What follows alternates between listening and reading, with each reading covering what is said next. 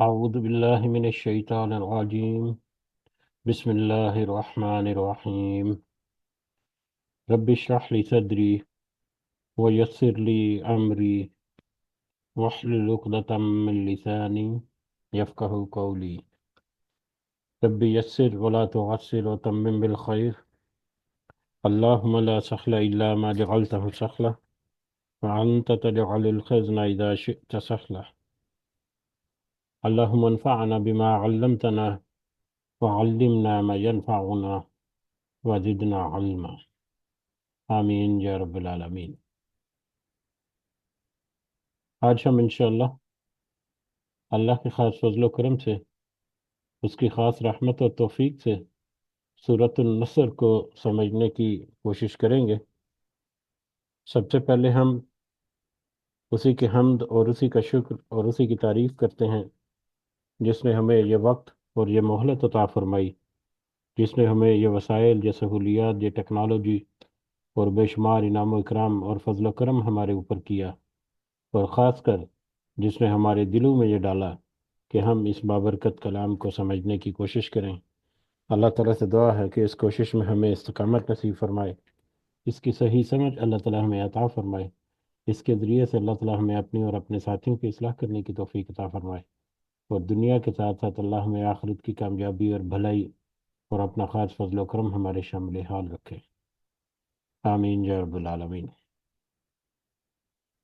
آگے بڑھنے سے پہلے ہمارا پچھلا سبق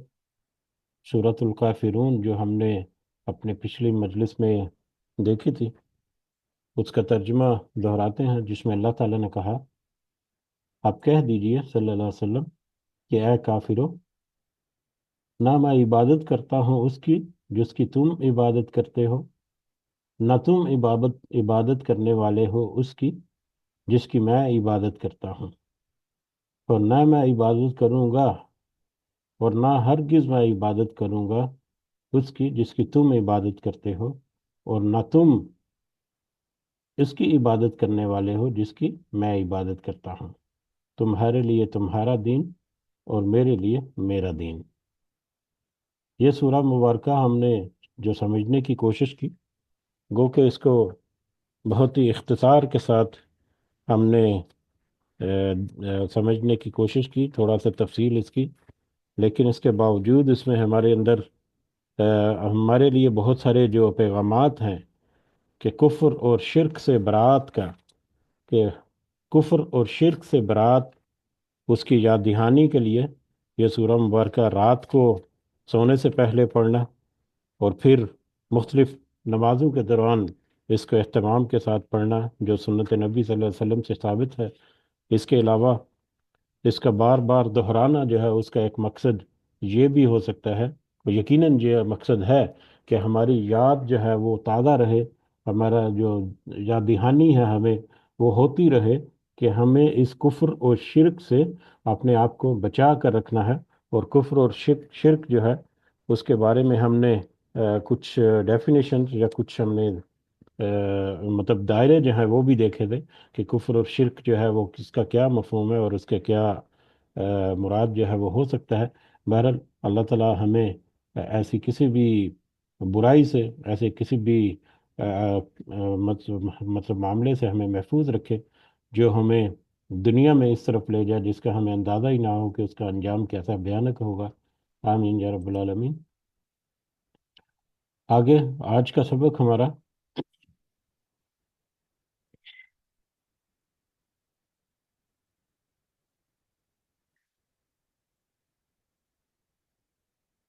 آج ہمارا سبق ہے سورۃ النصر۔ سورۃ النصر یہ ایک مدنی سورہ ہے، اور ہم نے دیکھا کہ پیچھے بہت ساری جو صورتیں گزری، وہ تقریباً پورا 30واں پارہ جو ہے وہ سارے کا سارا مکی سوروں پر مشتمل ہے، ماں سوائے چند صورتوں کے جس میں کچھ اختلاف ہے، یا کچھ میں کچھ رائے ہے کہ وہ مکی ہیں یا مدنی ہیں۔ بہرحال با اتفاق کے رائے تقریباً ساری ہی سورہ وہ مکی ہیں، ماں سوائے اس ایک سورہ مبارکہ کے جو کہ مدنی ہے۔ اور مدنی اور مکی سورہ مبارکہ کے حالات جو ہیں وہ تو ہمیں پتہ ہے، اس کو ہمیں دوبارہ نہیں دہرائیں گے۔ بہر قرآن مجید یہ مصحف جو ہمارے ہاتھوں میں ہے، اس میں ترتیب کے اعتبار سے یہ سورہ جو ہے وہ 110 نمبر پر آتی ہے، اور ترتیب نزولی کے اعتبار سے یہ 114 نمبر پر یہ سورہ مبارکہ آتی ہے، یعنی نزولی اعتبار سے یہ اس قرآن مجید کی آخری سورہ ہے۔ اس میں صرف 3 مختصر سی آیات ہیں اور ایک رکوع ہے، ایک رکوع اور 3 مختصر آیات پر مشتمل مدنی سورہ، سورۃ النصر۔ نصر اسی سورہ مبارکہ کی پہلی ہی آیت میں یہ لفظ آیا ہے، جس کی وجہ سے اس کا نام جو ہے وہ اس کا نام جو ہے یہی رکھا گیا، مختص کیا گیا۔ نصر کے معنی ہیں مدد کے اور حمایت کے، اور یہاں پر النصر جو ہے اس کا مطلب ہے کہ خاص مدد اور ایک خاص حمایت، اور یہ وہ خاص مدد اور خاص حمایت ہے جو اللہ تعالیٰ نے نبی کریم صلی اللہ علیہ وسلم کو عطا فرمائی۔ اس کی تھوڑی سی تفصیل ہم آگے جب پڑھیں گے تو دیکھیں گے۔ تو اس کا موضوع اور اس کے زمانہ نزول کے بارے میں اگر ہم دیکھیں تو کیونکہ یہ کرونولوجیکل آرڈر ہمیں یہ شو کرتا ہے کہ یہ آخری نازل ہونے والی ایک مکمل سورہ ہے، یعنی اس کے بعد کوئی اور سورہ جو ہے وہ نازل نہیں ہوئی۔ ہاں کچھ آیات جو ہیں وہ ضرور نازل ہوئی ہیں، جس میں کچھ آیات کے بارے میں ایک مطلب مختلف رائے جو ہیں وہ پائی جاتی ہیں۔ کچھ کے خیال میں سورہ نساء کی آیت نمبر 176 جو ہے، سورہ نساء کی آخری آیت جو ہے وہ آخری نازل شدہ آیت تھی، آخری وحی قرآن کی نبی کریم صلی اللہ علیہ وسلم کے اوپر آئی۔ کچھ کا خیال ہے کہ سورہ بقرہ کی آیت نمبر 281 ہے، کچھ کا خیال ہے کہ سورہ توبہ کی آیت نمبر 128 اور 29 ہے۔ اس طرح سے کچھ اور آیات کے بارے میں بھی کچھ تذکرہ ملتا ہے، لیکن پوری صورت کے طور پر سب سے آخری جو نازل ہونے والی سورہ مبارکہ ہے وہ اس میں پورا اتفاق ہے کہ یہی سورۃ النصر ہے، جو کہ مدینہ میں نازل ہوئی۔ اس کے بارے میں اس کا موضوع اور زمانہ نزول اور اس کے بارے میں مختلف جو ابتدائی تمہیدی باتیں جو ہیں ان کو سمجھنے کے لیے ہمیں اس سورہ مبارکہ کی کچھ روایات سے مطلب یاد دہانی کے طور پر ہمیں کچھ روایات جو ہیں اس کا ہم تذکرہ کرتے ہیں، کہ کہ بہت ساری حدیث کی کتابوں میں ایک بہت ہی مشہور حدیث جو ہے وہ ہمیں ملتی ہے، جو کہ خطبہ حجۃ الوداع کے موضوع کے اندر یا اس تحت میں آتی ہیں، یا خطبہ حجۃ الوداع جو ہے اس کے بارے میں ہم نے بہت دفعہ سنا ہوگا۔ حضرت عبداللہ بن عمر کی روایت ہے رضی اللہ تعالیٰ عنہ، کہ یہ سورہ حجۃ الوداع کے موقع پر ایام تشریق کے وسط میں منی کے مقام پر نازل ہوئی، اور اس کے بعد جب یہ سورہ مبارکہ نازل ہوئی تو نبی کریم صلی اللہ علیہ وسلم اپنی اونٹنی پر سوار ہو کر اپنا مشہور خطبہ انہوں نے ارشاد فرمایا، جس میں انہوں نے فرمایا، لوگوں جانتے ہو کہ یہ کون سا دن ہے؟ لوگوں نے عرض کیا، اللہ اور اس کے رسول کو زیادہ علم ہے صلی اللہ علیہ وسلم۔ تو آپ صلی اللہ علیہ وسلم نے فرمایا یہ ایام تشریق کے بیچ کا دن ہے۔ پھر آپ صلی اللہ علیہ وسلم نے پوچھا، جانتے ہو یہ کون سا مقام ہے؟ لوگوں نے عرض کیا، اللہ اور اس کے رسول کو زیادہ علم ہے صلی اللہ علیہ وسلم، سے فرمایا یہ مشعر الحرام ہے۔ پھر حضور صلی اللہ علیہ وسلم نے فرمایا کہ میں نہیں جانتا، شاید اس کے بعد میں تم سے نہ مل سکوں۔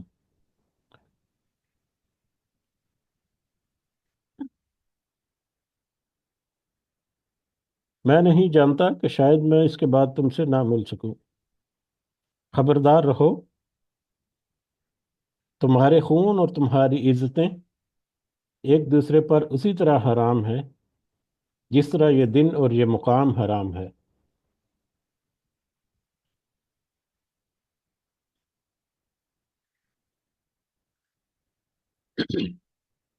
تمہاری عزتیں اور تمہارے خون ایک دوسرے پر اسی طرح حرام ہے جس طرح یہ دن اور یہ مقام حرام ہے، یہاں تک کہ تم اپنے رب کے سامنے حاضر ہو اور وہ تم سے تمہارے اعمال کے بارے میں سوال کرے۔ نبی کریم صلی اللہ علیہ وسلم نے فرمایا، سنو،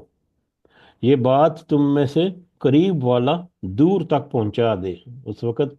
صحابہ کرام کی ایک بڑی تعداد جو ہے وہ وہاں پر موجود تھی، تو ایک تو وہاں پر ان کی مجلس کا بھی ہے، کہ دور تک آواز جو ہے، جس جس جو سن رہا ہے وہ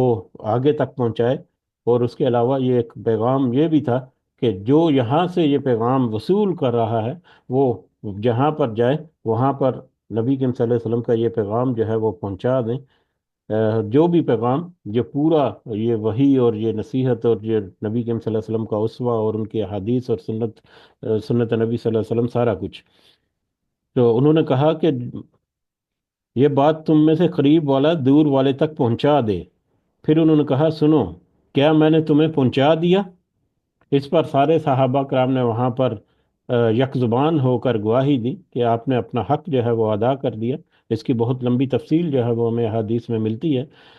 تو اس کے بعد نبی کریم صلی اللہ علیہ وسلم نے آسمان کی طرف انگلی، شہادت کی انگلی جو ہے وہ کھڑی کرتے ہوئے کہا اللہ تعالیٰ سے کہ تو گواہ رہنا، تو گواہ رہنا، کہ تو گواہ رہنا کہ میرے صحابہ کرام جو ہے انہوں نے بھی اس بات کی گواہی دے دی۔ بہرحال اس کے بعد حضرت عبداللہ ابن عمر کہتے ہیں رضی اللہ تعالیٰ عنہ کہ جب ہم لوگ مدینہ واپس پہنچے تو کچھ ہی دن زیادہ نہ گزرے تھے کہ حضور صلی اللہ علیہ وسلم کا انتقال ہو گیا۔ تو اب یہ تو واقعہ ہے، یا یہ جو حدیث ہے یہ تو اس موقع پر ہے جب یہ سورہ مبارکہ جو ہے وہ نازل ہوئی، ایام تشریق کے دوران، منی کے مقام پر، حجۃ الوداع کے موقع پر۔ اس سے جڑی کچھ اور روایات جو ہیں وہ بھی ہمیں ملتی ہیں، جس میں حضرت ابن عباس کا ایک قول ہے، ایک بیان ہے جو کہ مسند احمد میں اور کچھ اور حدیث کی کتابوں میں ہے کہ ابن عباس رضی اللہ تعالیٰ عنہ نے فرمایا، کہا کہ جب یہ سورہ نازل ہوئی تو حضور صلی اللہ علیہ وسلم نے فرمایا مجھے میری وفات کی خبر دے دی گئی ہے اور میرا وقت آن پورا ہوا۔ اسی طرح سے ابن حاتم اور ابن مردودیہ وغیرہ کی کچھ اور روایات ہیں جس میں ام المومنین حضرت ام حبیبہ رضی اللہ تعالیٰ عنہ فرماتی ہیں کہ جب یہ سورہ مبارکہ نازل ہوئی تو حضور صلی اللہ علیہ وسلم نے فرمایا اس سال میرا انتقال ہونے والا ہے۔ یہ بات سن کر حضرت فاطمہ رضی اللہ تعالیٰ عنہ رو دی۔ اس پر آپ صلی اللہ علیہ وسلم نے فرمایا میرے خاندان میں سے تم ہی سب سے پہلے مجھے آ کر ملو گی۔ یہ سن کر حضرت فاطمہ رضی اللہ تعالیٰ عنہ مسکرا دی یا ہنس دی۔ اسی طرح سے حضرت ابن عباس اپنا کچھ معاملات جو ہیں یا اپنا واقعات جو ہیں وہ بتاتے ہیں جو کہ بخاری اور مسند احمد اور ترمذی اور اس طرح کی دوسری حدیث کی کتابوں میں ہے، جس میں انہوں نے کہا کر فرماتے ہیں کہ حضرت عمر رضی اللہ تعالیٰ عنہ مجھے غزوہ بدر کے شریک ہونے والے جو شیوخ تھے، اب یہ نبی کریم صلی اللہ علیہ وسلم کی وفات کے بعد کا واقعہ ہے کہ حضرت عمر رضی اللہ تعالیٰ عنہ کہہ لیں کہ اپنے دور خلافت میں بدر کے جو بدری صحابی تھے ان کی مجلس میں لے کر جاتے تھے مجھے۔ یہ بات بعض جو بدری صحابی وہاں پر تھے ان کو ناگوار گزری اور انہوں نے کہا کہ ہمارے لڑکے بھی تو اس لڑکے جیسے ہیں، اس کو خاص طور پر یہاں ہمارے ساتھ شریک مجلس کیوں کیا جاتا ہے؟ کیونکہ اس وقت حضرت ابن عباس جو ہیں رضی اللہ تعالیٰ عنہ، ان کی عمر تقریباً 15 سال تھی، بالکل وہ بچے تھے، لیکن وہ بزرگوں کی مجلس میں حضرت عمر رضی اللہ تعالیٰ عنہ ان کو اپنے ساتھ لے کر جاتے تھے۔ بہرحال حضرت عمر رضی اللہ تعالیٰ عنہ نے فرمایا کہ علم کے لحاظ سے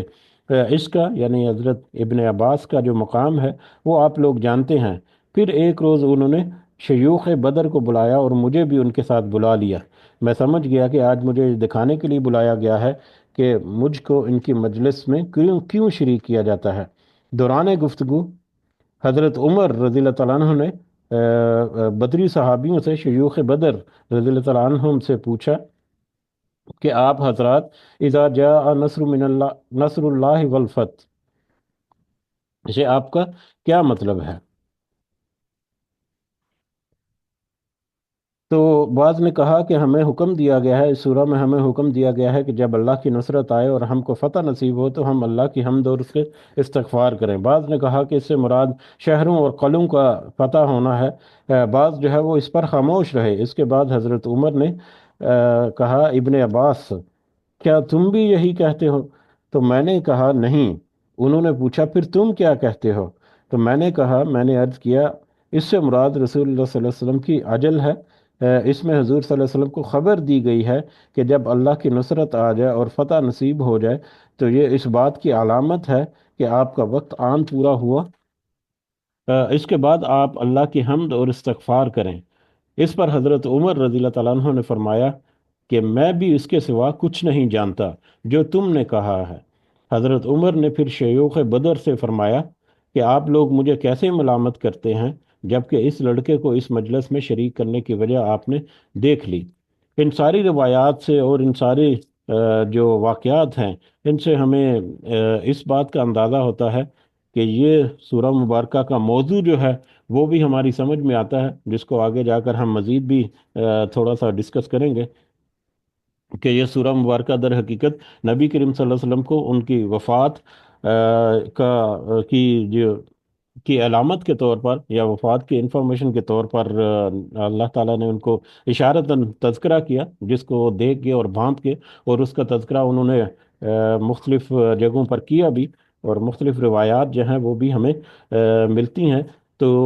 یہ سورہ مبارکہ کے نازل ہونے کے تقریباً 3 مہینے بعد نبی کریم صلی اللہ علیہ وسلم کی وفات جو ہے وہ ہو گئی۔ یہ سورہ مبارکہ جو ہے وہ ذی الحجہ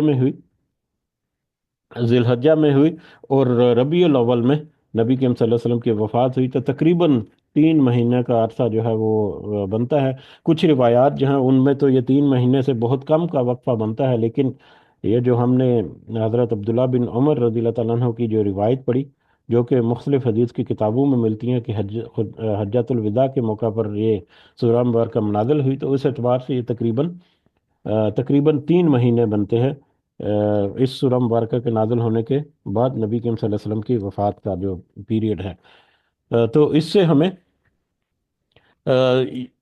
ایک تو زمانہ نزول کا بھی اندازہ ہو گیا کہ بالکل آخری دنوں میں نبی کریم صلی اللہ علیہ وسلم کے یہ سورہ مبارکہ نازل ہوئی، جبکہ اللہ تعالیٰ نے نصرت اور فتح جو ہے وہ اللہ تعالیٰ نے نبی کریم صلی اللہ علیہ وسلم کو اور ان کے ساتھیوں کو عطا فرما دی، اور جوک در جوک جو ہے وہ مسلمان فوج در فوج دین اسلام میں داخل ہو گئے۔ اس پر اللہ تعالیٰ نے ان سے کہا کہ اب آپ کی جو ذمہ آپ کو جو کام لگایا گیا تھا وہ آپ نے ایمانداری کے ساتھ انجام دے دیا۔ اب آپ اللہ کی حمد اور تسبیح اور استغفار جو ہے اس کا اہتمام کریں، کیونکہ آپ کا وقت جو ہے اب قریب آن پہنچا ہے۔ تو جس پر نبی کریم صلی اللہ علیہ وسلم نے اپنے اذکار جو ہیں وہ بھی شروع کر دیے، جس کا حوالہ یا جس کا تذکرہ ہم آج کے مجلس میں آخر میں کریں گے کچھ مختصر انداز میں۔ وہ بہت بہت ہی اہم اذکار ہوں گے، تو لہٰذا ان کو بھی ہم سمجھنے کی کوشش کریں گے۔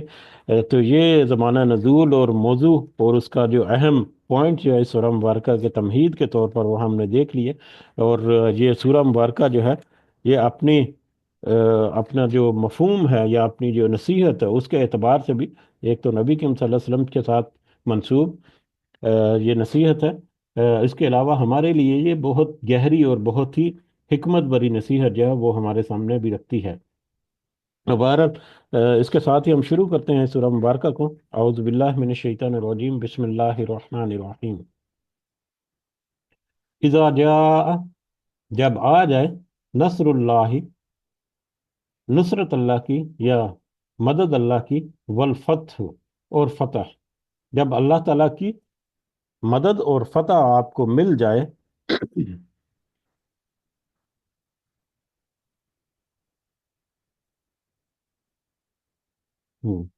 جب اللہ تعالیٰ کی مدد اور فتح آپ کو مل جائے،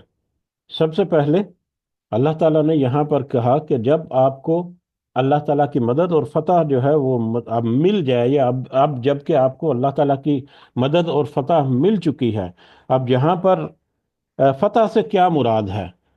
وہ مدد جو ہے جو اللہ تعالیٰ نے نبی کریم صلی اللہ علیہ وسلم کو عطا فرمائی، اس سے کیا مراد ہے؟ اس کے بارے میں کافی ساری باتیں جو ہیں وہ پچھلے دنوں میں گزر چکی ہیں۔ اس سے پہلے کافی عرصہ پہلے کچھ تفصیلات ہم نے دیکھی تھی کہ تحریک کوئی بھی چلتی ہے تو تحریک کا ایک بڑا مقصد ہوتا ہے، ایک بڑا ویژن ہوتا ہے۔ اس ویژن کے تحت جو تحریکیں ہیں دنیا میں، مختلف ادوار میں، مختلف قوموں میں، مختلف علاقوں میں وہ چلتی ہیں، اور وہ تحریک جو ہے وہ ایک لمبے زمانے تک وہ چلتی ہے۔ اس تحریک کے دوران بہت ساری اونچ نیچ اور بہت سارے مراحل جو ہیں وہ آتے ہیں۔ اس میں بہت ساری جھڑپیں ہوتی ہیں، اکثر ہم کہتے ہیں کہ ہم زمانہ جنگ میں ہے یا حالت جنگ میں ہے۔ تو حالت جنگ کا مطلب یہ نہیں ہوتا کہ سارے کے سارے جہاں اس وقت بارڈر پر کھڑے کھڑے دشمن سے مقابلہ کر رہے ہیں۔ حالت جنگ کا مطلب ہوتا ہے کہ اس وقت ایک بڑا مقصد جو ہے اس کو حاصل کرنے کے لیے تگ و دو جاری ہے، ایک ایک کوشش جو ہے، ایک جدوجہد جو ہے وہ جاری ہے۔ اس میں بہت سارے مراحل ہوتے ہیں، اس میں جھڑپیں وغیرہ بھی ہوتی ہیں، اس میں کچھ نیگوسیشن وغیرہ بھی ہوتی ہیں، اس میں کچھ لین دین کے معاملات بھی ہوتے ہیں، اس میں کبھی پیش قدمی ہوتی ہے، کبھی اس میں بیک فٹ پر جا کر دوبارہ سے اسٹریٹجی بنائی جاتی ہے، کبھی ریوائز کیے جاتے ہیں پلانز کو، کبھی اس طرح سے حملہ کرنا ہے، کبھی دوسری طرح سے حملہ کرنا ہے، کبھی کوئی مطلب ڈائلاگ جو ہیں اس میں آ جاتے ہیں۔ تو بہت سارے مراحل ہوتے ہیں جس میں بڑی کشیدگی، کبھی بہت زیادہ تناؤ کی سچویشن پیدا ہو جاتی ہے، کبھی تناؤ جو ہے وہ کم ہوتا ہے، ایسے لگتا ہے کہ سچویشن اب ڈیفیوز ہوتی جا رہی ہے اور عنقریب یہ معاملہ جو ہے وہ طے پا جائے گا، لیکن پھر اچانک سے حالات بدلتے ہیں، پھر واپس سے ٹینشن والی سچویشن جو ہے وہ کریٹ ہو جاتی ہے۔ تو وہ ایک پوری تحریک کی جو اصل مقصد اور حقیقی اس کا جو منزل ہے، اس تک پہنچنے کے درمیان بہت ساری اونچ نیچ اور بہت سارے معاملات جو ہیں وہ آتے ہیں۔ یہ پوری کی پوری تحریک جو ہے، اس اس کنسپٹ کو اگر ہم اپنے مائنڈ میں رکھتے ہوئے پچھلی کچھ بہت ساری صورتوں کے میں ہم نے جو تذکرہ کیا، اور خاص کر جو اس سے پہلے ہم نے سورہ کوثر پڑھی، اس سورہ کوثر کے ابتدائیے میں ہم نے تھوڑا سا تفصیل کے ساتھ دیکھا تھا کہ کیسے کیسے حالات و واقعات ہوئے۔ نبی کریم صلی اللہ علیہ وسلم، ایک اکیلے شخص جو ہیں صلی اللہ علیہ وسلم، وہ مطلب اللہ تعالیٰ کا پیغام توحید کا لے کر اٹھے، انہوں نے اعلان کیا، چند افراد مٹھی پر جو تھے وہ ان کے ساتھ تھے، کس طرح سے ان کے اوپر ظلم و شدت ہوا، تشدد کیا گیا، کس طرح سے مخالفت کی گئی، کس طرح سے نبی کریم صلی اللہ علیہ وسلم کو مختلف طرح کے القابات سے نوازا گیا، اور پھر کس طرح سے ظلم اور جبر کا ایک نظام جو ہے وہ پورا ہوا۔ گو کہ اس میں نبی کریم صلی اللہ علیہ وسلم کا ساتھ دینے والے بھی بہت تھے، لیکن ایک اوور آل سنیریو اگر دیکھا جائے تو کس قدر بڑے پیمانے پر ایک ایک مخالفت جو ہے وہ ہوئی۔ اس پر پھر ان کے ساتھ معاشی اور معاشرتی بائیکاٹ تک کیا گیا۔ طائف کے سفر میں پھر ان کو لہو لہان کر دیا گیا، استغفر اللہ، اور بہت سارے ایسے پھر ان کو معاذ اللہ قتل کرنے کی مطلب بہت ساری سازشیں جو ہوئیں وہ بھی ہوئیں۔ تو بے شمار اقدامات کیے، یہاں تک کہ مجبور کر دیا گیا نبی کریم صلی اللہ علیہ وسلم کو اور ان کے لوگوں کو۔ پہلے ہجرت حبشہ بھی ہوئی 2 دفعہ، اور اس کے بعد پھر مدینہ کی طرف ہجرت کرنے پر مجبور کر دیا گیا۔ پھر مدینہ میں بھی جب ہجرت ہوئی تو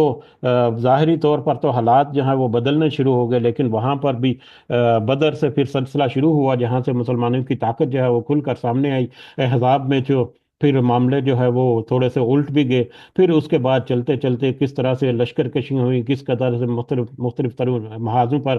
جنگیں جو ہیں وہی، بہت سارے مختلف ڈائلاگز ہوئے، بہت سارے مختلف قبیلوں کے ساتھ نیگوسیشن ہوئی، کسی کے ساتھ الحاق ہوا، کسی نے دشمنی کی، کسی نے کچھ کیا، کسی نے کچھ کیا، کہ یہ پوری تاریخ جو ہے اس کو جب ہم اپنے سامنے رکھیں تو ہم دیکھتے ہیں کہ کتنی ایک بڑی تحریک کے راستے میں آنے والی اونچ نیچ جو ہے، وہ آنے والی جو مسائل اور مشکلات جو ہیں، وہ بھی مخالفتیں بھی، بہت کچھ ہمیں نظر آتا ہے، بہت کچھ ہمیں نظر آتا ہے۔ حتیٰ کہ صلح حدیبیہ ہو جاتا ہے سن 6 ہجری میں۔ صلح حدیبیہ جب ہو گیا تو اس وقت یعنی مسلمانوں کو بطور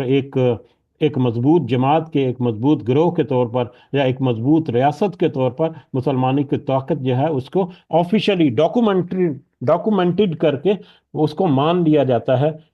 مکہ کے سرداروں میں بھی اور ارد گرد کے قبائل میں بھی۔ اور وہاں سے جو ایک سلسلہ شروع ہوتا ہے کہ نبی کریم صلی اللہ علیہ وسلم جو ہیں وہ صلح حدیبیہ کے بعد پھر ان کی جو لوکل لیول سے نکل کر یہ تحریک جو ہے گو کہ اس سے پہلے یہ ارد گرد کے علاقوں میں وہ پھیل چکی ہے، لیکن اسپیشل وفود جو ہے مختلف ملکوں تک بھی بھیجے نبی کریم صلی اللہ علیہ وسلم نے، اور ارد گرد کے جو علاقے ہیں وہاں تک اپنا پیغام جو ہے اس کو مزید پھیلایا کہ اب ایک بڑا دشمن جو ہے مکہ کے جو سردار ہیں ان کی طرف سے تو ایک تھوڑا سا سیف پیسج جو ہے وہ مل رہا ہے، یا ایک ایگریمنٹ ہو گیا، وہ کہ انہوں نے بھی اس ایگریمنٹ کی بہت سی شکیں جو ہیں ان کی مخالفت کرتے رہے، جس کی وجہ سے وہ ایگریم جو ہے وہ کچھ زیادہ عرصہ چل بھی نہ سکا۔ لیکن یہ ہے کہ اس کے بعد سے ایک سلسلہ شروع ہوا پھیلاؤ کا، لیکن اس کے باوجود بہت بڑی مقدار میں لوگ جو ہیں وہ اسلام میں داخل نہیں ہوئے۔ دھیرے دھیرے سے کچھ افراد آ کر ملے، کچھ اکا دکا لوگوں نے اسلام قبول کر لیا، زیادہ تر قبیلے اور جو زیادہ تر جو آبادیاں کہہ لیں یا گروہ کہہ لیں یا شہر کہہ لیں یا شہروں کے سردار وغیرہ کہہ لیں، وہ اب اسی طاق میں ہے کہ اب یہ مسلمان جو ہے یہ اپنی طاقت جمع کر چکے ہیں، لیکن اس کے باوجود ان کو دوسرے کچھ خوف جو ہیں وہ بھی لاحق ہیں مشرکین مکہ کے ساتھ، قریش کے سرداروں کے ساتھ، یا ارد گرد دوسرے قبیلوں کے ساتھ ان کا الحاق ہے۔ تو وہ اب وہ دیکھ رہے ہیں کہ کیسے یہ معاملات طے پائیں، کیسے یعنی کچھ کچھ تو ایسے ہیں بہت سارے اس میں جو اب یہ دیکھ رہے ہیں کہ اب تھوڑی سی سچویشن مزید کلیئر ہو تو ہم ڈیسائیڈ کریں کہ کس کی طرف ہم کھل کر کس کا ساتھ دیں۔ تو فتح صلح حدیبیہ کے بعد یہ سلسلہ شروع ہوا کہ 8 ہجری میں فتح مکہ ہو گیا۔ اب فتح مکہ کے بعد تو پھر ایک مسلمانوں کی دھاک جو ہے وہ پورے علاقے میں پھیل گئی، اور وہاں پر کس طرح سے پھر ایک گملہ توڑے بغیر یا خون کا قطرہ بہائے بغیر وہاں پر ایک عظیم فتح جو ہے وہ اللہ تعالیٰ نے نبی کریم صلی اللہ علیہ وسلم اور ان کے ساتھیوں کے حصے میں ان کے سامنے ان کو دکھا دی، اور وہی بشارت جس کا اللہ تعالیٰ نے شروع میں بالکل مکہ کے بالکل شروع کے دور میں سورہ کوثر کے صورت میں انا اعطیناک الکوثر، کہ بے شک ہم نے آپ کو خیر کثیر عطا فرما دیا، اس خیر کثیر کا جو دنیا کا ورژن تھا یا دنیا کا حصہ تھا، اس کی ایک بڑی کامیابی اور ایک بڑی خیر جو ہے نبی کریم صلی اللہ علیہ وسلم کو فتح مکہ کے موقع پر انہوں نے اپنی آنکھوں سے دیکھ لی۔ اور اس کے بعد پھر جو ارد گرد کے قبائل ہیں یا ارد گرد کی جو آبادیاں ہیں یا ارد گرد کے جو شہر ہیں، ان کے ذہنوں میں بھی اب آ گیا کہ اب یہ تحریک جو ہے یہ کامیابی کی طرف گامزن ہے، تقریباً کامیاب ہو چکی، تو لہٰذا اب یہ پورا کلیئر ہے کہ یہی ہمارے لیے قابل قبول ایک دین ہے جس کی طرف ہمیں چلنا ہے۔ اور ان کو یہ بھی پتا چل گیا کہ وہ اکیلا شخص جو ہے صلی اللہ علیہ وسلم، وہ کھڑا ہو کر صرف 20-22 سال کے عرصے میں اس نے 20-21 سال کے عرصے میں اس نے مکہ کو اپنا فتح کر لیا، جس کے سارے سردار اور ہزاروں جو مخالفین جو ہیں وہ صرف ایک اکیلے انسان کے خلاف تھے صلی اللہ علیہ وسلم۔ تو اس سے ان کو یہ بھی اندازہ ان کا پختہ ہو گیا کہ اب یہی دین ہے، ادھر حقیقت یہی حقیقت ہے جو ہمارے سامنے آ رہی ہے، وگرنہ اتنی بڑی بڑی تحریکیں اتنی کم مدت میں کم ہی کامیاب ہوتی ہیں، بلکہ کامیابی ان کی ناممکن ہے کہ 20-22 سالوں کے اندر اتنی بڑی تحریک جو ہے وہ اپنی کامیابی سے ہمکنار ہو جائے۔ تو بہرحال جب یہ وقت آیا تو جوک در جوک اور فوج در فوج بڑے بڑے گروہ جو ہیں وہ نبی کریم صلی اللہ علیہ وسلم کے پاس انہوں نے اپروچ کی، اور وہ آ کر نبی کریم صلی اللہ علیہ وسلم کے ہاتھوں پر انہوں نے بیعت کی، جس کی وجہ سے اب یہاں پر اللہ تعالیٰ نے کہا کہ اذا جاء نصر اللہ والفتح، کہ جب آ جائے مدد اور فتح اللہ تعالیٰ کی طرف سے، جب اللہ اور کی مدد اور فتح آپ کو نصیب ہو جائے، اور اس مدد اور فتح کے نصیب ہونے کی ایک نشانی جو اللہ تعالیٰ نے یہاں پر ذکر کی وہ ہے وَرَأَيْتَ النَّاسَ يَدْخُلُونَ، جب آپ دیکھ لیں، اور اب اس کی نشانی یہ ہے کہ جب آپ دیکھ لیں لوگوں کو یدخلون، اس میں داخل ہوتے ہوئے یا اس میں داخل ہو رہے ہیں فی دین اللہ، اس دین میں اللہ کے، افواجن فوج در فوج، جب آپ یہ نشانی پا لیں کہ فوج در فوج یا جوک در جوک یا گروہ در گروہ یا قبیلہ در قبیلہ، پورے کا پورا قبیلہ اور پورے کا پورا گروہ جو ہے وہ ایک ساتھ میں آ کر آپ کے ہاتھ پر بیعت کر رہا ہے، اور آپ اس اللہ کے اس دین میں داخل ہو رہا ہے، تو یہ سمجھ لیں کہ یہ نشانی ہے اس فتح کی اور اس مدد کی جو اللہ تعالیٰ نے آپ کو عطا فرمائی۔ تو یعنی یہاں پر اس نشانی اور فتح کا ایک ایک نشانی جو ہے اس فتح کی اور مدد کی، وہ بھی اللہ تعالیٰ نے بتا دی کہ وہ وقت آئے گا، یا وقت جب آپ دیکھ لیں، یا وہ یہ وقت جب کہ آپ دیکھ چکے، کیونکہ اس وقت یہ کامیابی جو ہے یا یہ جو ہے وہ ہو چکا۔ 8 ہجری میں جب فتح مکہ ہوا، اس کے بعد پھر نو مطلب اس کے بعد پھر مطلب جب 2 سال کے بعد جب حجۃ الوداع کے موقع پر یہ سورہ مبارکہ نازل ہوئی، تو اس وقت کا یہ واقعہ ہے۔ تو اس وقت تک تو بڑی کثیر تعداد میں مسلمان جو ہیں وہ آ چکے ہیں اسلام کے دائرے میں۔ بڑے بڑے قبیلے اور بڑے بڑے گروہ اور بڑے بڑے جو سردار ہیں، وہ اپنے پورے کے پورے لشکروں کو لے کر اسلام میں داخل ہو چکے ہیں۔ تو نبی کریم صلی اللہ علیہ وسلم نے یہ فتح اور یہ نصرت اللہ تعالیٰ کی اس کی نشانی بھی پا لی کہ فوج در فوج آپ کے دین میں، اللہ کے دین میں لوگ داخل ہو جائے، تو پھر پہچان لیں۔ اب یہاں پر ایک کہہ لیں کہ یہاں پر ایک خفیہ میسج ہے جس کو نبی کریم صلی اللہ علیہ وسلم نے پہچان لیا، اور نبی کریم صلی اللہ علیہ وسلم کے ساتھ ان کے جو رویہ، یا ان کے جو ان کی زندگی میں ایک بدلاؤ آیا، وہ آگے جا کے تذکرہ آئے گا۔ اس بدلاؤ کے دیکھتے ہوئے صحابہ کرام رضوان اللہ اجمعین جو ہیں، انہوں نے بھی بھانپ لیا کہ اب یہ واقعہ کیا ہے، یا اب کیا موقع ہے کہ یہاں پر ایک وقفہ یا ایک خفیہ میسج جو ہے، جس کو اللہ تعالیٰ نے نبی کریم صلی اللہ علیہ وسلم کو پہنچا دیا، کہ کیونکہ اب آپ کا مقصد جو ہے وہ مکمل ہو گیا۔ آپ کو جو ایک بڑی ذمہ داری اللہ تعالیٰ نے عطا کی تھی، کہ اس وحی کو، اس قرآن کو اور اس دین کو لوگوں تک پہنچانا ہے، اور ان کی رہنمائی کرنی ہے، اور ان کو صرف رہنمائی نہیں کرنی بلکہ ان کو اس تحریک کو لے کر اس انجام تک لے کر آنا ہے کہ اب یہ مسلمان اس قدر قوت اور غلبے میں ہیں کہ اب اس سے آگے صحابہ کرام اور اس کے بعد آنے والے لوگ جو ہیں وہ اس تحریک کو لے کر آگے بڑھ سکتے ہیں، اور آگے پھر دنیا کے اکثر حصے پر کامیابی بھی ان کو ملے گی۔ تو لہٰذا اب آپ کی جو ابتدائی ذمہ داری ہے، جو آپ کو اللہ تعالیٰ نے سونپی، وہ مکمل ہوئی۔ اللہ تعالیٰ کی طرف سے جو آپ کو جو ایک رسپانسبلٹی آپ پر عائد کی گئی تھی، وہ آپ نے احسن طریقے سے پوری کی، جس پر اللہ تعالیٰ آپ سے راضی ہیں، جس پر اللہ تعالیٰ آپ سے خوش ہیں۔ تو لہٰذا اب آپ کو چاہیے کہ آپ فسبح، کہ آپ اب تسبیح بیان کریں، بحمد ربی کا، اپنے رب کی تعریف کے ساتھ، یعنی اپنے رب کی تسبیح اور اپنے رب کی حمد اور تعریف جو ہے وہ آپ ذکر کریں۔ واستغفرہ، اور اسی سے بخشش طلب کریں، یا بخشش مانگیں، یا اسی سے مغفرت کی دعا مانگتے رہیے۔ انہ کان توابا، کہ بے شک وہ تو توبہ قبول کرنے والا ہے۔ اب یہاں پر کامیابی جب اللہ تعالیٰ نے عطا کر دی، اور ان کے ساتھ نبی کریم صلی اللہ علیہ وسلم کو یہ اشارہ بھی مل گیا کہ اب ان کا وقت جو ہے وہ قریب آن لگا، تو پھر اللہ تعالیٰ کی یہ ہدایت اور رہنمائی ان کے لیے کہ اللہ کی تعریف اور ان کی تسبیح، اس کی تسبیح اور اس کی بخشش جو ہے وہ اس سے طلب کرتے رہیں۔ اللہ کی تعریف، حمد جو ہے وہ ہمیں پتہ ہے کہ اللہ کی تعریف اور شکر ادا کرنے کو حمد کہتے ہیں، اور تسبیح کرنا جو ہے وہ اللہ کی بڑائی اور اس کی پاکیزگی بیان کرنا جو ہے وہ اس کو حمد کہتے ہیں، سوری اس کو تسبیح کہتے ہیں، اور استغفار جو ہے اللہ تعالیٰ سے بخشش طلب کرنا۔ اب یہ تینوں باتیں جو ہیں نبی کریم صلی اللہ علیہ وسلم کو فرمائی گئیں کہ اس عظیم کامیابی کے بعد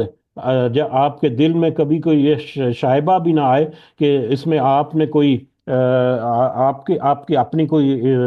مطلب کمال تھا، یا آپ کے اپنے کسی کوشش کا نتیجہ تھا، تو اس لیے اللہ کی تعریف اور اللہ کا شکر جو ہے بہترین، اپنے آپ کو عاجز رکھنے کے لیے بہترین کلمہ جو ہے وہ الحمدللہ ہے، کہ جب بھی کسی کو کوئی کامیابی ملے، جب بھی کسی کو کوئی خوشی ملے، جب بھی کسی کو کوئی مرحلہ اس کا طے ہو جائے، تو اس کو چاہیے کہ وہ اللہ کا شکر ادا کرے، بجائے اس کے کہ وہ اپنی ڈینگیں مارنے لگ جائے۔ کہ نبی کریم صلی اللہ علیہ وسلم کو بھی اسی طرح سے مطلب نصیحت کی اللہ تعالیٰ کی طرف سے، اور اس کے علاوہ اللہ کی بڑائی اور اس کی بزرگی بیان کرنا کہ جو کچھ ہوا وہ میرے کسی عمل کی وجہ سے نہیں، یہ تو صرف اور صرف اللہ تعالیٰ کی قدرت تھی کہ اللہ تعالیٰ نے مجھے یہ سارا کچھ عطا کیا، اور اللہ تعالیٰ کی ہی نصرت اور اسی کی تائید سے یہ سارا کچھ حاصل کیا۔ لہذا اللہ تعالیٰ کی بڑائی اور اسی کی پاکیزگی بیان کرنا، اور اس کو پاک ناموں سے اس کو یاد کرنا یا اس کا ذکر کرتے رہنا، اور پھر استغفار بھی، کہ اس تحریک کے راستے میں کوئی اونچ نیچ ہے، کوئی لین دین کے میٹر میں کچھ اگر کمی بیشی ہو گئی ہے، تو اس پر استغفار جو ہے وہ بھی کرنا ہمیں۔ نبی کریم صلی اللہ علیہ وسلم کو بھی یہاں پر اس کی ہدایت دی گئی کہ بہت سارے واقعات ایسے گزرے ہیں جس کا تذکرہ ہوا، نبی کریم صلی اللہ علیہ وسلم کے بھی بارے میں بھی ہمیں قرآن کی بہت ساری آیات ملی ہیں، جس میں جیسے کہ غزوہ بدر کے قیدیوں کو مطلب جو رہا کیا گیا فدیہ کے تحت، تو اس کے بارے میں بھی کچھ آیات آئی تھی کہ وہ بھی ایک فیصلہ جو ہے وہ ایسا نہیں تھا، اور بھی اس طرح کے کچھ میٹر جو ہیں ملتے ہیں۔ غزوہ احد کے میٹر میں بھی کچھ اس طرح کے نبی کریم صلی اللہ علیہ وسلم کے کلمات تھے، اس پر بھی ان کو کچھ نصیحت کی گئی۔ تو استغفر اللہ، ہم زیادہ کچھ اس پہ بات نہیں کرنا چاہتے، لیکن اللہ تعالیٰ کی طرف سے نبی کریم صلی اللہ علیہ وسلم کو ایک ایسی شخصیت کو اور ایسی ذات مبارکہ کو صلی اللہ علیہ وسلم، جس سے تو کوئی شائبہ بھی نہیں ہو سکتا کہ انہوں نے جان بوجھ کر سے درکنار انہوں نے قصدن کوئی ایسا عمل کیا ہوگا جو اللہ کی ناراضگی کا باعث ہوگا، کسی بھی طور پر کبھی نہیں۔ ہاں، کبھی انہوں نے دو کاموں میں سے ایک پریفرڈ جو جو ان کو لگا اس کے اوپر انہوں نے کیا، لیکن اس پر نبی کریم صلی اللہ علیہ وسلم کو اللہ تعالیٰ نے کچھ ہدایات بھی ان کو واضح کر دی کہ آپ کو اس طرح نہیں، اس طرح سے آپ کے لیے کرنا جو ہے بہتر ہے۔ تو بہرحال اس طرح کی اونچ نیچ پر جب نبی کریم صلی اللہ علیہ وسلم جیسی شخصیت جو ہے، عظیم ترین شخصی جو ہے صلی اللہ علیہ وسلم، اس کو اللہ تعالیٰ نے یہاں پر فرمایا کہ تم آپ بخشش مانگتے رہیے یا اللہ تعالیٰ سے مغفرت کی دعا مانگتے رہیے کہ اگر کوئی ایسا میٹر ہو گیا تو اللہ تعالیٰ اس کو بخش دے اور اس کو معاف فرما دے اس کامیابی کے بعد۔ تو پھر انہ کان توابا، بے شک اللہ تعالیٰ جو ہے وہ توبہ جو ہے وہ قبول کرنے والا بھی ہے۔ جو کوئی توبہ قبول کرے گا صحیح معنوں میں، یقیناً اللہ تعالیٰ اس کی توبہ قبول کرنے والا بھی ہے، اور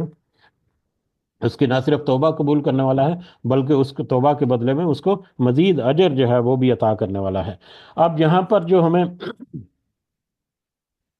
آخری فسبح بحمد ربک واستغفر، کہ آپ تسبیح بیان کیجئے اپنے رب کی تعریف کے ساتھ، حمد کے ساتھ، اور اس سے بخشش مانگیے۔ اب اس سے جب نبی کریم صلی اللہ علیہ وسلم کو اشارہ مل گیا کہ اب آپ کا آخری وقت جو ہے وہ قریب ہے، لہٰذا آپ اپنا وقت جو ہے زیادہ تر اللہ کی تسبیح اور اس کی حمد اور اس کے استغفار میں سے آپ صرف کریں۔ تو اس کے بعد نبی کریم صلی اللہ علیہ وسلم کے جو روزمرہ کے اذکار جو تھے ان میں ایک بڑا بدلاؤ آیا، جس میں بہت ساری روایات جو ہیں وہ ہمیں ملتی ہیں، جا کے کہ حضرت عائشہ رضی اللہ تعالیٰ عنہا نے حضرت عائشہ رضی اللہ تعالیٰ عنہ فرماتی ہیں کہ رسول اللہ صلی اللہ علیہ وسلم اپنی وفات سے پہلے سبحانک اللہم و بحمدک استغفرک و اتوب الیک، یہ بہت ہی اہم اذکار ہیں اور بہت ہی جانے پہچانے اذکار ہیں جو ہم جانتے ہیں، پہچانتے ہیں۔ تو ہمیں بھی اس سورہ مبارکہ کے بہت ساری باتوں سے ہمیں بہت ساری نصیحتیں جو وہ اخذ حاصل کرنی ہے۔ تو بہرحال حضرت عائشہ رضی اللہ تعالیٰ عنہ فرماتی ہیں کہ رسول اللہ صلی اللہ علیہ وسلم اپنی وفات سے پہلے سبحانک اللہم و بحمدک استغفرک و اتوب الیک، اور بعض دوسری روایات میں ہے کہ سبحان اللہ و بحمدہ استغفر اللہ و اتوب الیہ، اکثر کثرت سے پڑھا کرتے تھے۔ میں نے عرض کیا، یعنی حضرت عائشہ رضی اللہ تعالیٰ عنہ نے عرض کیا کہ یا رسول اللہ صلی اللہ علیہ وسلم، یہ کیسے کلمات ہیں جو آپ نے اب پڑھنے شروع کر دیے ہیں؟ تو فرمایا میرے لیے ایک علامت مقرر کر دی گئی ہے کہ جب میں اسے دیکھوں تو یہ الفاظ کروں، اور وہ ہے اذا جاء نصر اللہ والفتح، کہ یعنی یہ سورہ نصر جو ہے وہ نبی کریم صلی اللہ علیہ وسلم نے اس کا حوالہ دے کر حضرت عائشہ سے فرمایا کہ مجھے تو اللہ تعالیٰ کی طرف سے ایک نشانی دی گئی، اس نشانی کے بعد اب مجھے میرا یہ عمل جو ہے یہ میرے اوپر واجب ہے یا ضروری ہے۔ اسی طرح سے حضرت عائشہ رضی اللہ تعالیٰ عنہ کا ایک دوسرا بیان ہے جو کہ بخاری، مسلم، ابو داؤد، نسائی اور دوسری حدیث کی کتابوں میں ہے، کہ آپ صلی اللہ علیہ وسلم اپنے رکوع و سجود میں بکثرت یہ الفاظ کہتے تھے، سبحانک اللہم و بحمدک اللہم اغفر لی۔ تو یہ سجدوں میں یہ دعا جو ہے مسنون دعا کے طور پر ہمیں مسنون حدیث کی کتابوں میں ملتی ہے۔ تو نبی کریم صلی اللہ علیہ وسلم بکثرت اپنے سجدوں میں یہ دعا جو ہے اس کا اہتمام بھی انہوں نے شروع کر دیا۔ اس کے علاوہ حضرت ام سلمہ رضی اللہ تعالیٰ عنہ وہ فرماتی ہیں کہ رسول اللہ صلی اللہ علیہ وسلم کی زبان مبارک پر آپ کے آخری زمانے میں یا آپ کی زندگی کے آخری دنوں میں اٹھتے بیٹھتے اور جاتے آتے یہ الفاظ جاری رہتے، سبحان اللہ و بحمدہ، سبحان اللہ و بحمدہ۔ میں نے ایک روز پوچھا کہ یا رسول اللہ صلی اللہ علیہ وسلم آپ کثرت سے یہ ذکر کیوں کرتے ہیں؟ تو نبی کریم صلی اللہ علیہ وسلم نے مجھے فرمایا مجھے اس کا حکم دیا گیا ہے، پھر آپ نے یہ سورہ نصر جو ہے وہ پڑھی۔ تو یعنی نبی کریم صلی اللہ علیہ وسلم کو یہ حکم دیا گیا، یا انہوں نے کہا کہ مجھے یہ حکم دیا گیا ہے کہ میں اس طرح سے اللہ کی تسبیح اور حمد اور اس سے استغفار کروں، تو لہٰذا یہ کلمات مختلف جو ہیں وہ ہمیں احادیث کی کتابوں سے ملتے ہیں۔ اسی طرح سے یہ مسند احمد اور مسند احمد کی ایک روایت ہے حضرت عبداللہ بن مسعود سے کہ جب یہ سورہ نازل ہوئی تو رسول اللہ صلی اللہ علیہ وسلم کثرت سے یہ ذکر فرماتے تھے، سبحانک اللہم و بحمدک اللہم اغفر لی، سبحانک ربنا و بحمدک اللہم اغفر لی انک انت التواب الغفور۔ تو یہ کثرت سے نبی کریم صلی اللہ علیہ وسلم جو ہے یہ دعا جو ہے یہ فرماتے تھے اس سورہ مبارکہ کے نزول ہونے کے بعد۔ ابن عباس رضی اللہ تعالیٰ عنہ کا بیان ہے، جو کہ نسائی میں ہے بھی ہے اور دوسری کچھ کتابوں میں بھی، کہ اس سورہ کے نازل ہونے کے بعد رسول اللہ صلی اللہ علیہ وسلم آخرت کے لیے محنت اور ریاضت کرنے میں اس قدر شدت کے ساتھ مشغول ہو گئے جتنے اس سے پہلے کبھی نہ ہوئے تھے۔ اس کی کنکلوژن کی طور پر اگر ہم اس حضرت ابن عباس رضی اللہ تعالیٰ عنہ کا یہ قول اگر ہم اپنے سامنے رکھیں کہ اس سورہ کے نازل ہونے کے بعد رسول اللہ صلی اللہ علیہ وسلم آخرت کے لیے محنت اور ریاضت کرنے میں اس قدر شدت کے ساتھ مشغول ہو گئے جتنے اس سے پہلے کبھی نہ ہوئے تھے۔ یعنی نبی کریم صلی اللہ علیہ وسلم کو اللہ تعالیٰ نے واضح طور پر فتح کی نوید سنانے کے بعد ان کو فتح جو ہے وہ دے بھی دی، اور ان کے سامنے فتح جو ہے وہ انہوں نے اپنے آنکھوں سے دیکھ بھی لی، اور اس فتح کی نشانی بھی اللہ تعالیٰ نے ان کو بتائی کہ جوک در جوک اور فوج در فوج لوگ جو ہیں وہ دین اسلام میں داخل ہوں گے، اور اس نشانی کو بھی انہوں نے اپنی آنکھوں سے دیکھ لیا۔ اس کے بعد جب ان کو اللہ تعالیٰ کی طرف سے یہ اشارہ ملا تو انہوں نے اپنے دن رات کے اذکار اور دن رات کے مشاغل جو ہیں ان میں کس طرح سے تبدیلی کی۔ اس سے پہلے 22-23 سال کی زندگی میں نبی کریم صلی اللہ علیہ وسلم نے جس قدر محنت کی، ہم یہ نہیں کہہ سکتے کہ انہوں نے کبھی کوئی کمزوری دکھائی، کوئی ان کا لمحہ جو ہے وہ تھوڑا سا مطلب پرسکون گزرا ہوگا، یا دنیا کے کچھ معاملات میں گزرا ہوگا، یا ادھر ادھر، جیسا کہ ہماری زندگیوں کا روز کا معمول ہے کہ ہمارا تو اکثر وقت ہی ایسا گزرتا ہے۔ ان کی زندگی کا ایک لمحہ بھی ہم نہیں کہہ سکتے کہ انہوں نے اللہ کے دین کو پھیلانے کے علاوہ، اللہ کی اس نصیحت کو پہنچانے کے علاوہ، یا اللہ کی اس ذمہ داری کو پورا کرنے کے علاوہ کہیں اور پر صرف کیا ہو، ہمیں نہیں ملے گا کوئی تاریخ میں۔ لیکن اس کے باوجود حضرت ابن عباس کا یہ قول رضی اللہ تعالیٰ عنہ کہ نبی کریم صلی اللہ علیہ وسلم جو ہے اپنے آخری دنوں میں اب ان کی محنت اور ان کی ریاضت جو ہے وہ اور زیادہ بڑھ گئی، اور زیادہ وہ محنت کرنے لگ گئے۔ تو اگر ان ساری چیزوں پر اگر ہم غور کریں تو ہم اپنے رویوں کی طرف اگر ہم غور کریں تو ہم اپنے رویے جو ہیں ان کو دو معنوں میں یا دو پہلو میں ہم اس کو دیکھ سکتے ہیں۔ مختصر انداز میں ہم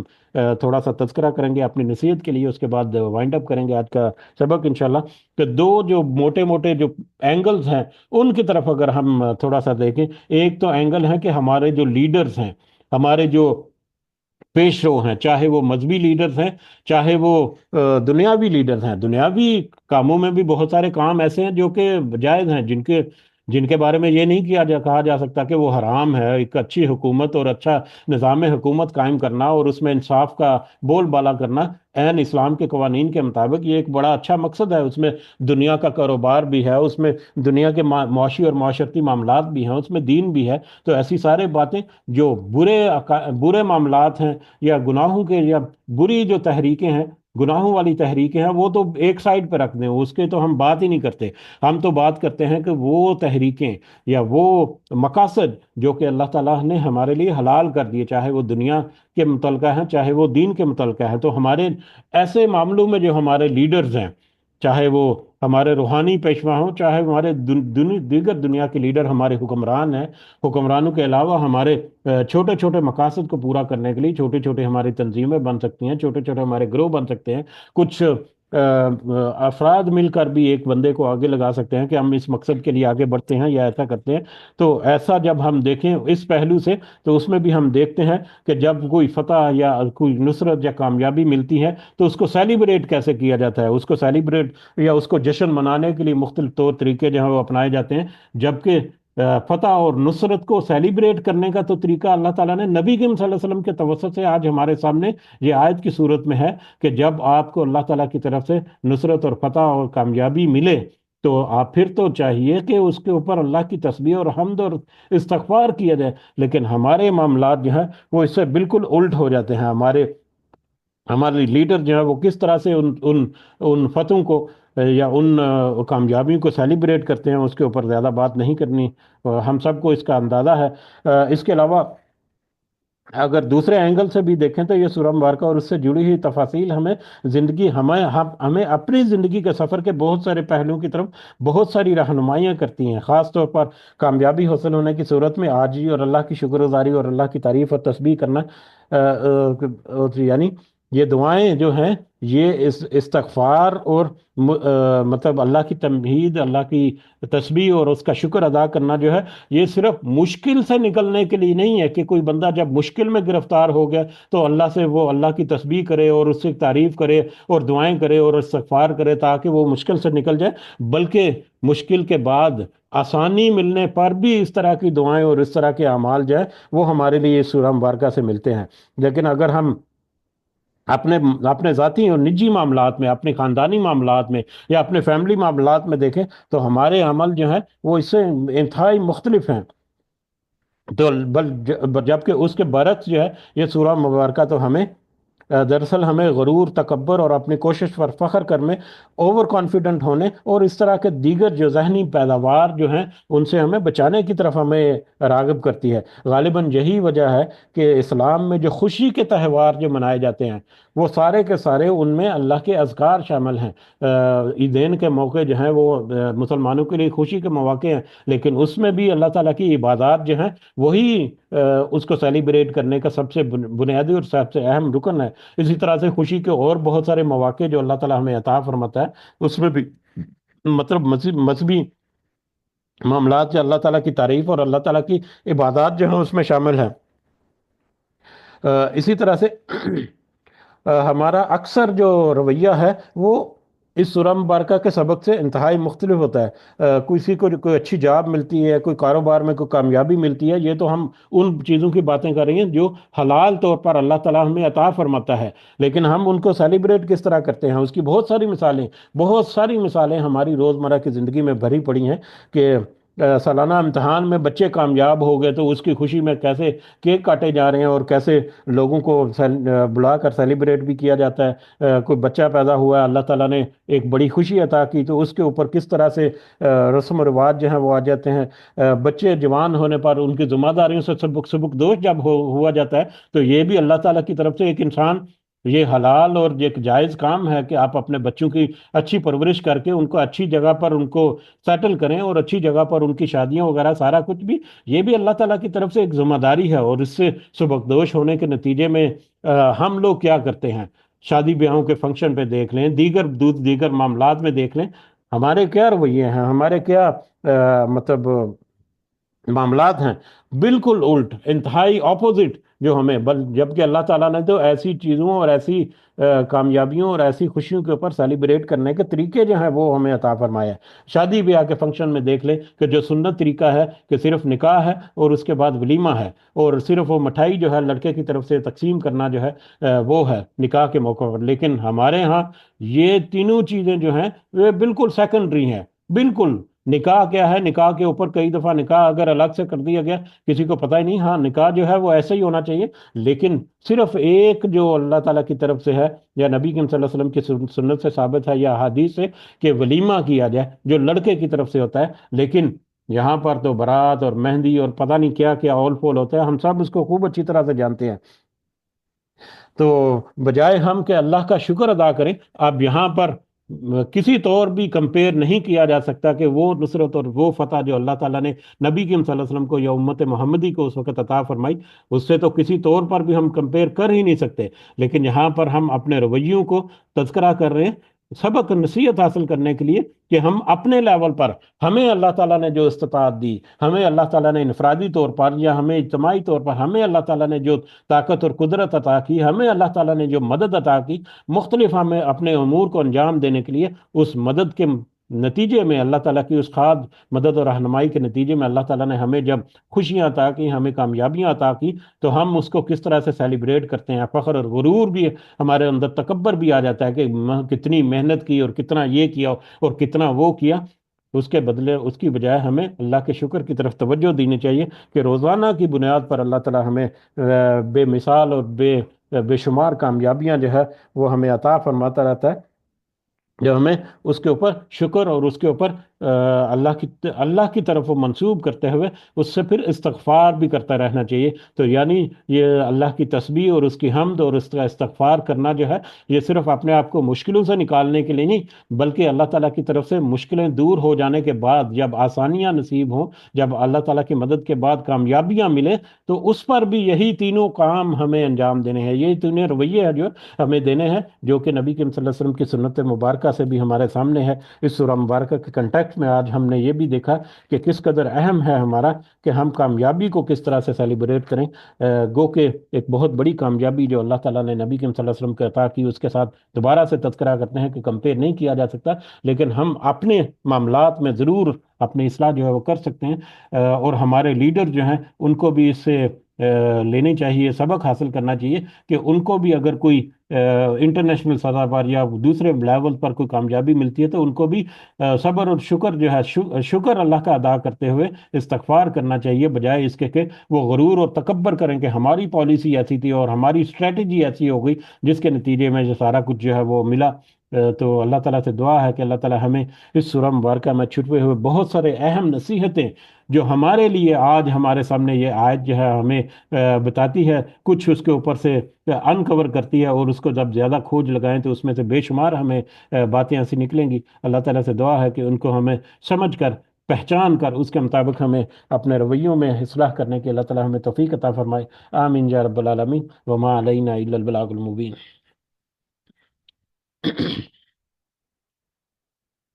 جی کچھ اضافہ اگر آپ کرنا چاہیں تو آپ کر سکتے ہیں. جزاکم اللہ خیرا کثیرا.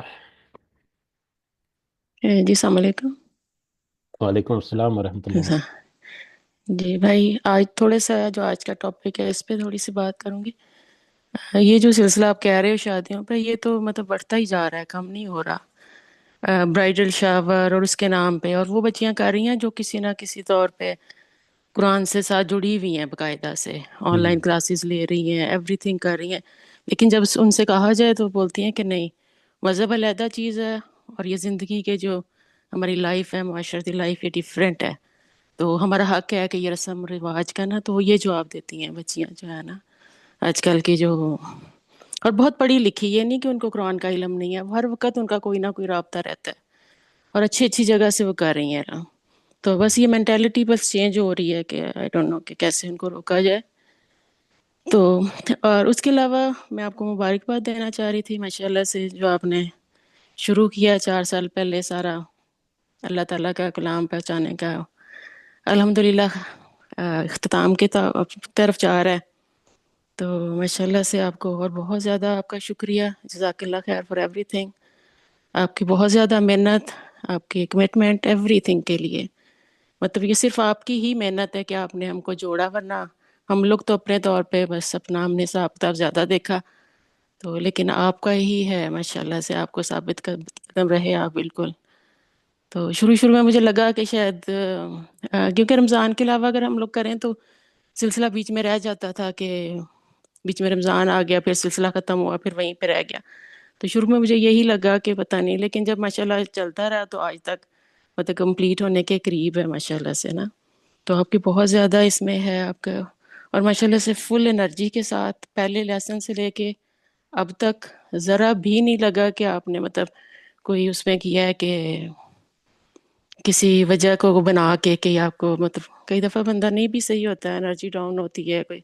لیکن ماشاءاللہ فل انرجی کے ساتھ پہلے لیسن سے آج تک ہے جو آپ نے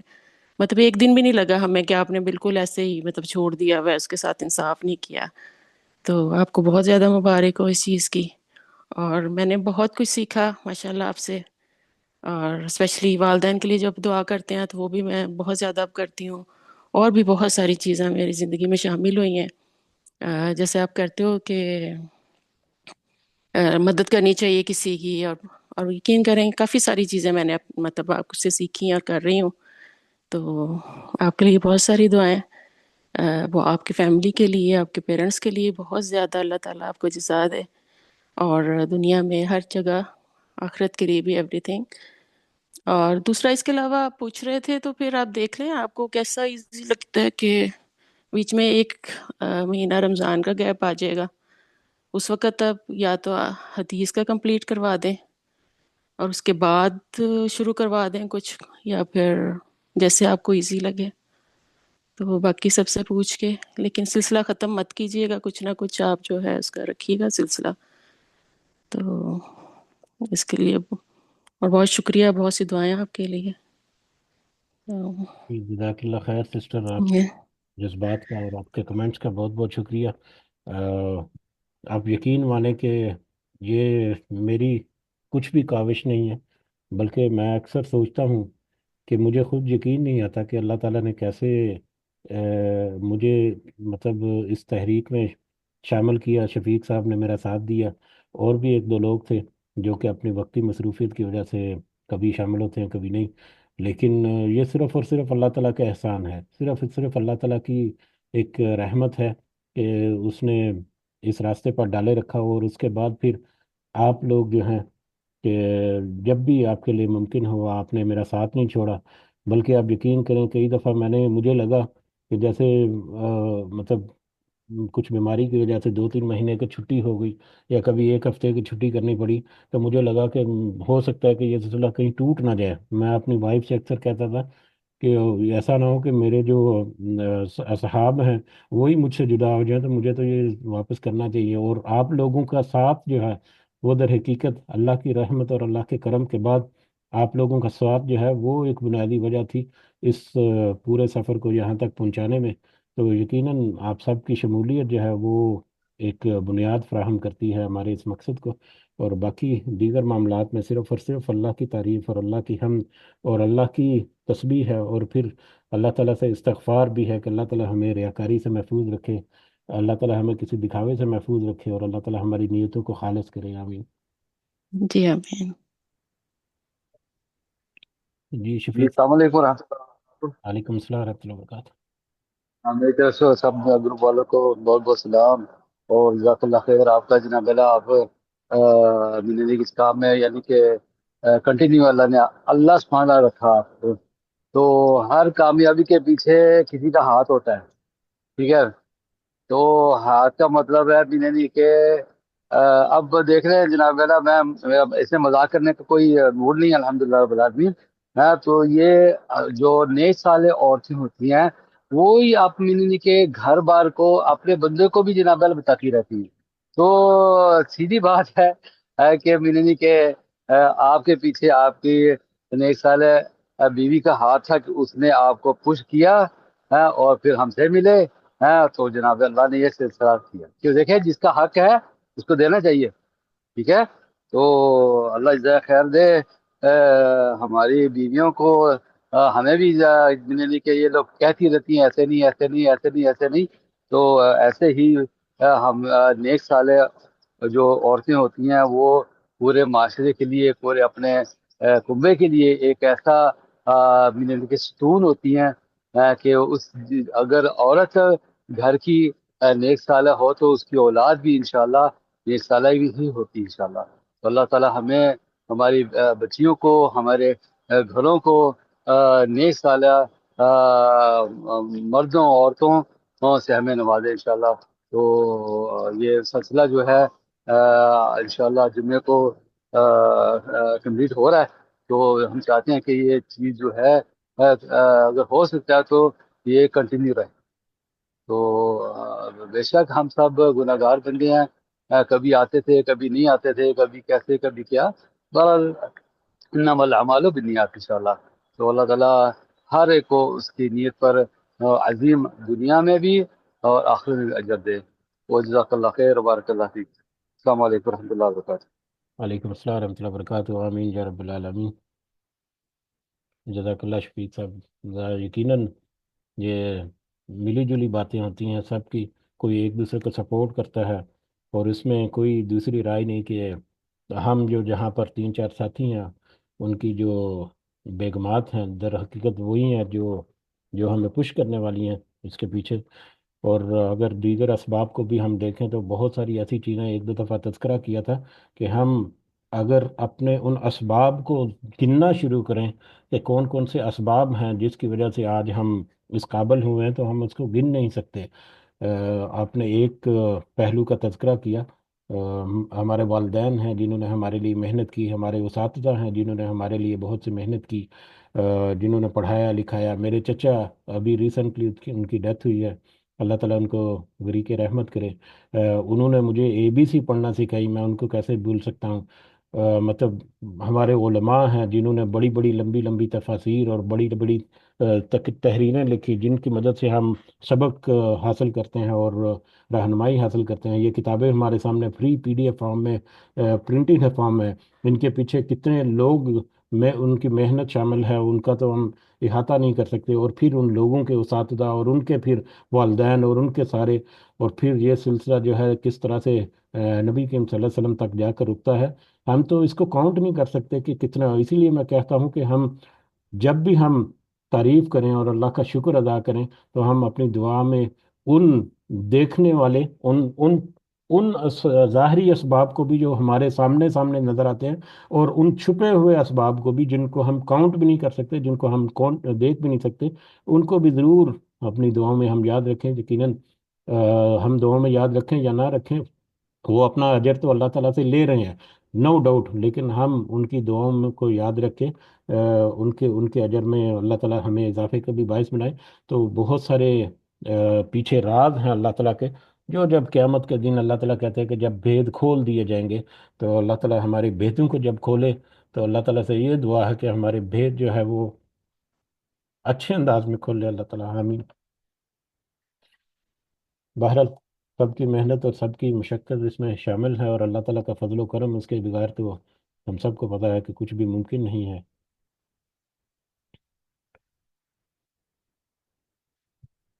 جی ٹھیک ہے، جزاکم اللہ خیرن۔ آج کا دن جو ہے، کل ہم انشاءاللہ اگلے سبق کے ساتھ حاضر ہوں گے۔ سب کو دعا میں ضرور یاد رکھیں، اللہ تعالیٰ ہم سب کا حامی و ناصر ہو۔ اور ہماری یہ سسٹر نے جو کہا، میرے لیے بہت ایک بڑا دن آج کا، کہ انہوں نے کہا کہ انہوں نے کچھ باتیں سیکھی مجھ سے، اللہ تعالیٰ نے مجھے بھی اس قابل بنایا۔ اللہ تعالیٰ ہم سب کو ہدایت کے راستے پر رکھیں، آمین۔ رب ارحمہما کما ربیانی صغیرا، رب ارحمہما کما ربیانی صغیرا، رب ارحمہما کما ربیانی صغیرا، ربنا آتنا فی الدنیا حسنہ وفی الآخرۃ حسنہ وقنا عذاب النار، ربنا ظلمنا انفسنا وإن لم تغفر لنا وترحمنا لنكونن من الخاسرین، ربنا تقبل منا إنك أنت السميع العليم وتب علينا إنك أنت التواب الرحيم، سبحان ربك رب العزة عما يصفون وسلام على المرسلين والحمد لله رب العالمين، سبحانك اللهم وبحمدك أشهد أن لا إله إلا أنت أستغفرك وأتوب إليك، جزاكم الله خيرا كثيرا، السلام عليكم ورحمة الله وبركاته۔